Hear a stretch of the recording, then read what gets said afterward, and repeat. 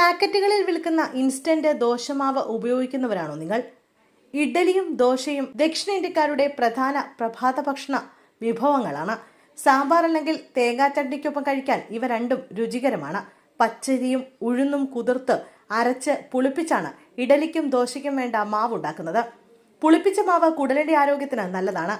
ഇത് കുടലിലെ നല്ല ബാക്ടീരിയകളുടെ വളർച്ചയെ പ്രോത്സാഹിപ്പിക്കുകയും പോഷകങ്ങളുടെ ആഗിരണം മെച്ചപ്പെടുത്തുകയും ചെയ്യും. എന്നാൽ അധികം മെനക്കെടാതെ ഇൻസ്റ്റന്റായി ദോശ ഉണ്ടാക്കാവുന്ന തരത്തിൽ ദോശമാവ് ഇന്ന് വിപണിയിൽ ലഭ്യമാണ്.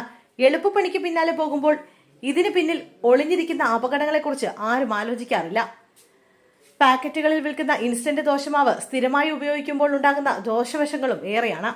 പാക്കറ്റുകളിലാക്കി കടകളിൽ വിൽക്കുന്ന ദോശമാവ് മുൻകൂട്ടി പുളിപ്പിക്കുന്നത് കൊണ്ട് ഒരു നിശ്ചിത സമയത്തിനുള്ളിൽ കൂടുതൽ ഫ്രിഡ്ജിന് പുറത്തുവെക്കുന്നത് അപകടകാരികളായ ബാക്ടീരിയകൾക്ക് വളരാനുള്ള സാഹചര്യം ഒരുക്കുന്നു. ഈ മാവിന്റെ ഉപഭോഗം വയറിളക്കത്തിനും ഛർദിലിനും കാരണമാകും. മാത്രമല്ല, പാക്കറ്റ് മാവുകളിൽ രുചി നിലനിർത്താനും കേടാവാതിരിക്കാനും പ്രിസർവേറ്റീവുകളും റെഗുലേറ്ററുകളും ഉപയോഗിക്കുന്നു. ഭക്ഷ്യസുരക്ഷാ മാനദണ്ഡങ്ങൾ കൃത്യമായി പാലിക്കുന്നുണ്ടെങ്കിലും സ്ഥിരമായി ഇത് ഉപയോഗിക്കുന്നത് പോഷകാഹാര ലഭ്യതയെ ബാധിച്ചേക്കാം. കേടാവാതിരിക്കാൻ ചേർക്കുന്ന വസ്തുക്കൾ ദഹന പ്രശ്നത്തിനും അലർജിക്കും കാരണമായേക്കാം. പരമ്പരാഗതമായി വീട്ടിൽ ദോശമാവ് ഉണ്ടാക്കുമ്പോൾ അത് സ്വാഭാവിക പ്രക്രിയയാണ്. ഇത് ദഹനത്തെ സഹായിക്കുന്ന ബാക്ടീരിയകളെ ഉത്പാദിപ്പിക്കുന്നു. ഇത് കുടലിന്റെ ആരോഗ്യത്തെ സഹായിക്കുന്നുണ്ട്. എന്നാൽ പാക്കറ്റ് മാവിൽ സ്വാഭാവിക മാവിനെ അപേക്ഷിച്ച് ഈ ഗുണങ്ങൾ കുറവായിരിക്കും. മാവ് എപ്പോഴും ഫ്രിഡ്ജിൽ തന്നെ സൂക്ഷിക്കണമെന്നാണ് വിദഗ്ധർ നിർദ്ദേശിച്ചിരിക്കുന്നത്.